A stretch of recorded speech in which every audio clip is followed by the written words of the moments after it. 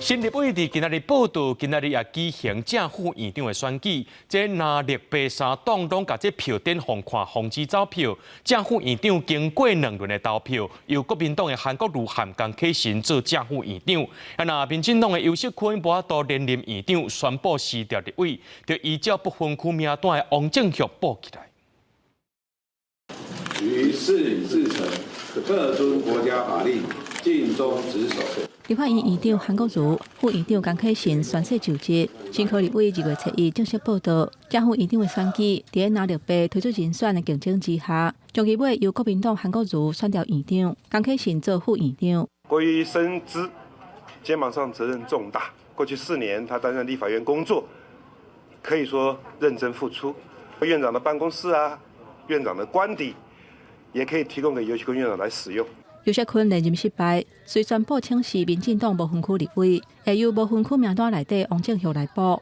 游锡堃讲，进前都甲党主席赖清德报告过，院长连任若失败，会甲立委的职务让予后进。之前事实上就有决定，元月19号正式去跟他报告，因为他是他提名我当顾问去吧。希望他们以后也能在这方面司法有院长，替国家做一些外交上的努力。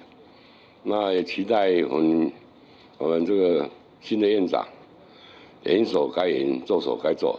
再去举行院长的选举，头一轮韩国瑜摕到54票，游锡堃51票，黄珊珊7票，无人摕到过半的选票。进入第2轮，为首韩国瑜以54票赢过游锡堃51票，当选院长。不过头一轮有一张无效的票，引起大家议论。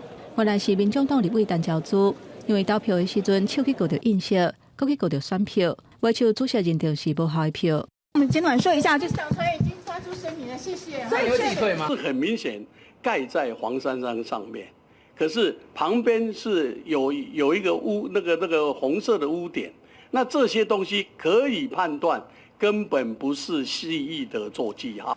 民众党团副召集人黄珊珊嘛表示，这是一个小小的疏失，未有党纪的处分。也若下晡举行的副院长选举，民众党派刘启凯来竞争。头一轮江启臣摕到54票，蔡其昌51票，刘启凯8票，同款是无人过半。进入第2轮的投票，将其尾江启臣以54票赢过蔡其昌51票，当选副院长。正副院长的选举，蓝绿白拢有技术性限票，就是要防止有人走票。